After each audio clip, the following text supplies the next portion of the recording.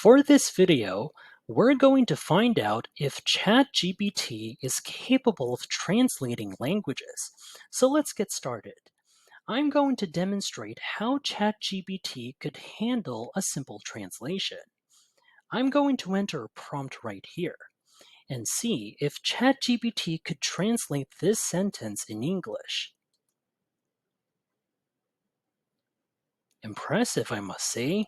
As you see right here, ChatGPT indeed was able to translate.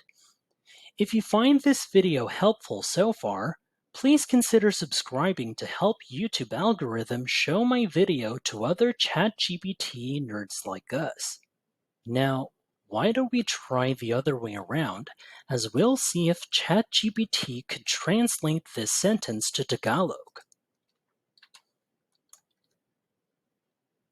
And just like that, ChatGPT managed to translate it to Tagalog as accurate as I'd expect.